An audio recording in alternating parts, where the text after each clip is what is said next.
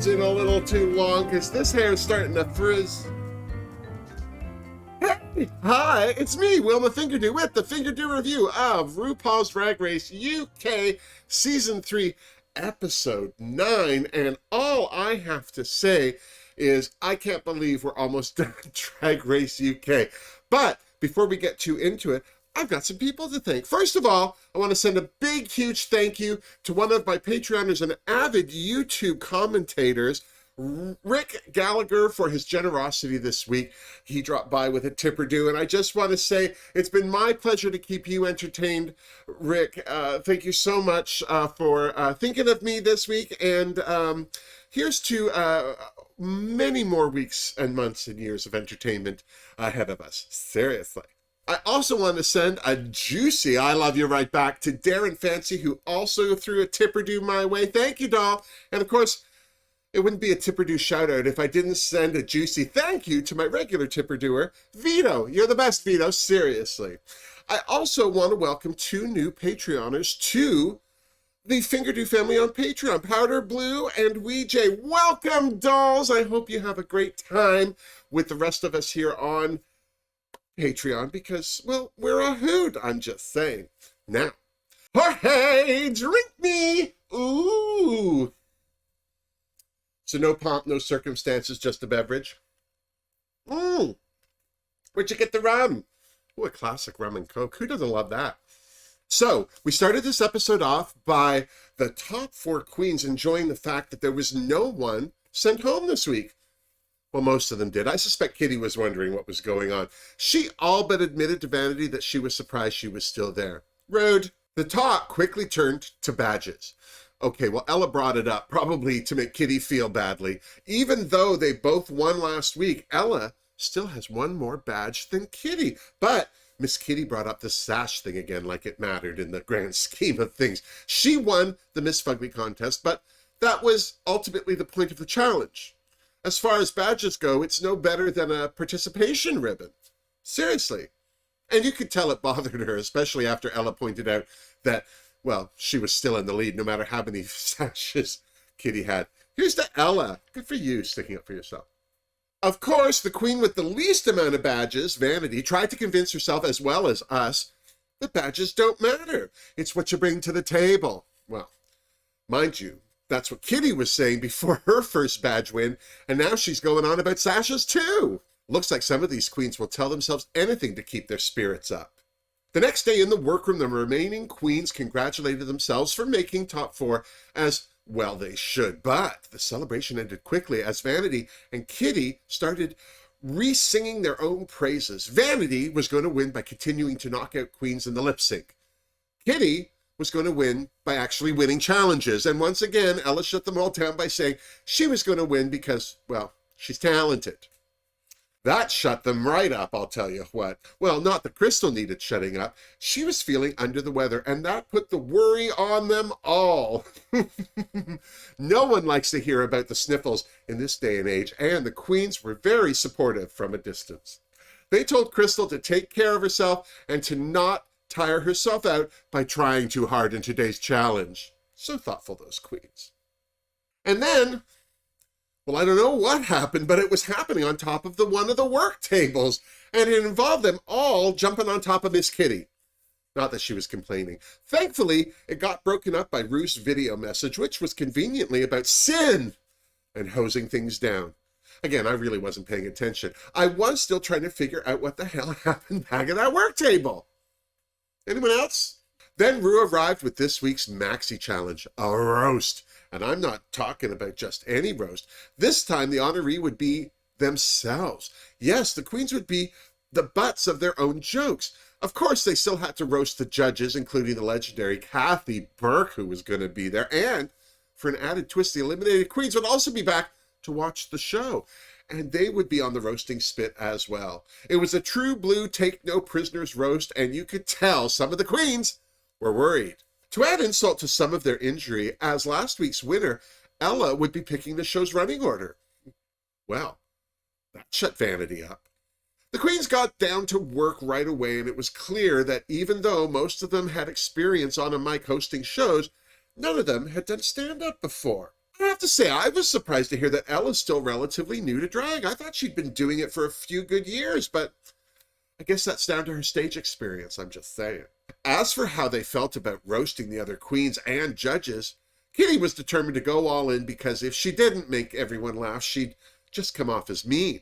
Crystal wasn't worried, especially where Rue was concerned, because, well, Rue could take a dig. At least I think that's what she said. It began with a D, and Rue could take it.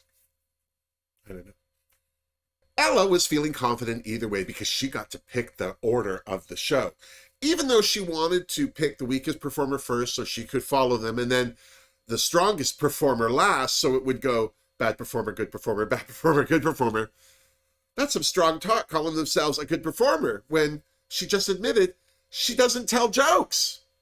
She proved it by not telling two. They were just terrible. Just saying. As it turned out, everyone more or less got the spot they wanted. Personally, I would have put Kitty first so that she would have to put up or shut up. Vanity second, because following Kitty would still probably intimidate her.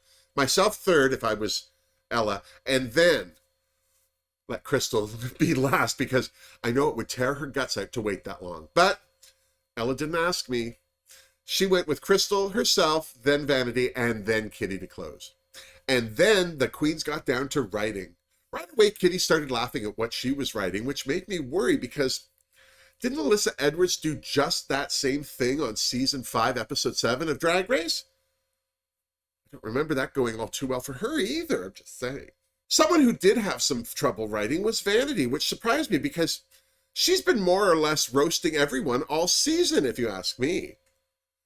Well, good, bad, or not funny, the queens started getting themselves ready for the roast. While they did, Ella shared with Vanity that even though she didn't experience any repercussions for playing with dolls as a child, she did experience it in the theater, oddly enough. There was a big push for boy dancers to butch it up and act more masculine. I'll bet there were a lot of pink pots calling the kettles flamingos out in London's West End at that time, I'm just saying, seriously. And then it was time for the runway. I thought Rue looked lovely in her brown and gold polka dot sundress, even though I thought it was a bit too short on her. I mean, I could see London and I could see France, and somebody was not wearing underpants. Michelle looked comfy in her sequin PJs, and Alan Carr was looking fabulous in his framboise jacket and joining them on the judges panel. One of my favorite comedians, the legendary Kathy Burke. Up first, the Pearly Gates roast. And can I just say, it was nice to see the eliminated queens all back in the audience, although more than a few of them didn't seem as pleased as I was that they were there. Teresa May. Crystal was first over the fire, and I have to say, she started out strong, but as soon as some of the other queens started clapping back, Crystal started to crack. Not only did Veronica Green knock her off her celestial pedestal, so did Rue. And that wasn't the worst of it. I can't believe Crystal told Kathy Burke that she was too young to know who she is. That was a read. It was too close to the truth to be funny, if you ask me, I'm just saying. Ella was next and killed it. She burned everyone, and she did it in the nicest way possible. Her best line was that Veronica Green's hairline was running away from her face. Even Kitty couldn't stop herself laughing. And she tried. Here's to Ella. Good job. Seriously. God bless Vanity Milan because she had to follow Ella and, well, couldn't. I thought she was going to redeem herself when she went for the queens in the audience, but, well, she didn't. Her funniest line was calling Ella, Kitty, and Crystal the White Supremes. She should have stopped right there and then because at least it would have been short and sweet, but she didn't. Bless. Now, I'm not sure if I was expecting more from Kitty, but she wasn't near as funny as she told everyone she was going to be. I thought the worst thing about Kitty's act was that she kept reading her notes. Not all her jokes landed, but the ones that did were hilarious. Still, she was funnier than Crystal and Vanity combined. All in all, not a bad job from our Miss Kitty, just saying. And then it was time for the runway. Category is, oh my goddess. Crystal was first, and she set a very high golden bar. As always, she was flawless. Fingerdoo for Crystal. Ella was next, and although she looked gorgeous, I wish she'd done something different with that blue human hair wig. He just hung there looking sad. Maybe that's why it was blue. Still, Fingerdoo for Ella. Vanity looks stunning. In fact, I think it's the best she's looked all season. Not to sound shady, but her makeup was so good, I thought someone else had done it for her. I'm just saying. I know that sounds bitchy, but tell me I'm wrong. My only complaint was that her costume didn't hide the edges of her breastplate very well. Still, Fingerdoo for vanity. Also grabbing a Fingerdoo was Kitty Scott-Claus, looking gorgeous in her Grecian drapings of pink and gold. And yes, Grecian drapings was my drag queen name in high school. When it was time for the judges' critiques, it was no surprise that Crystal wowed the judges with her runway. But as far as her roast went, Michelle was with me. She thought Crystal started out strongly and was sorry that it all kind of went downhill from there. Alan said her likability made him forgive her slagging off Kathy Burke, and Kathy Burke told Crystal it took a lot of courage to call someone a fat old twat to their face. So, not as harsh a critique as one had thought, I'm just saying. Ella was next, and there wasn't a negative thing said about her roast from any of the judges. They were all so impressed. As for her runway, Michelle thought she looked fabulous from the forehead down because she was disappointed with Ella's hair. Kathy Burke went one further by saying she thought Ella's blue hair made her look older. In fact, stood next to the other queens, Ella was the only one not wearing a headdress, and it really lessened the impact of her beautiful face and costume, if you ask me, which no one did. Vanity was next, and she was another one whose runway gagged the judges. Don't get me wrong, so did her roast, but for totally different reasons. Michelle wished she'd been able to clap back at the audience when they started heckling her. Kathy Burke thought she needed more confidence, and, well, Rue told Vanity she is naturally funny, but she needs to tap into it. It's a nice way of saying you stunk. Last but not least was Kitty Scott-Claus, and right away Kathy Burke made Kitty's whole year by calling her a superior comedy queen. Alan loved the way she lulled everyone into a false sense of security and then bitch-slapped them with her material. Michelle's only complaint was that she kept looking down at her notes. As for her runway, there was nothing bad the judges could say about it. Here's to Miss Kitty, I'm just saying. Back in the workroom, the queens cheers themselves for a job well done. Of course, Kitty will be crowing about Kathy calling her a superior comedy queen for the rest of her life. I wouldn't be surprised if she gets a sash made. As for Crystal and Vanity, they were both proud of themselves and pleased that they were able to get through it at all. Ella was pleased with her critiques as well, except for the judges calling her blue hair old looking. Apparently, Ella's too young to have seen a blue rinse granny. I blame Jane Fonda for a lot of things. And then the queens were surprised by some video messages from home. Ella's very handsome boyfriend and their extremely cute puppy popped into the screen with some words of love and encouragement. Naturally, Ella got emotional. Kitty's lovely parents and their dogs were next. You could tell how proud they were and how much they loved their drag son. It made Kitty very emotional as well, but not too much so that she couldn't joke about not knowing who her parents were. Bet you that's an old one around Christmas. I don't know them. Crystal's family were next, including her twin sister. I'm kidding. Of course, she's not her twin, but sweet Marie and the ships at sea, they look more alike than some twins. I was also very touched to hear Crystal's dad tell her he loved her, and even though Crystal held it together pretty good, you could see that that touched her too. Not like that. Vanity's beautiful husband was next, showering her with love and praise, reminding her that she's the star he always knew she was. Well, that was too much for Vanity. She just collapsed into a big wet puddle right then and there. All in all, it was a beautiful way for the final four to grow closer as a family by sharing their family. It was cute. Back on the main stage, it was announced that Ella Vidae had won her 4th badge by winning the roast. Here's to Miss Vidae. We'll see her in the grand finale. There you go. Of course, Kitty was safe, as if there was any doubt, and the second finalist for the finale. Unfortunately, well, that left Crystal and Vanity in the bottom, and they had to lip sync to Dua Lipa's Hallucinate. Of course, both queens removed their headpieces, and, well, then they let hap. Both queens gave the stage and their wigs a workout. I was just waiting for someone's blonde wig to sail across that stage, but they never did.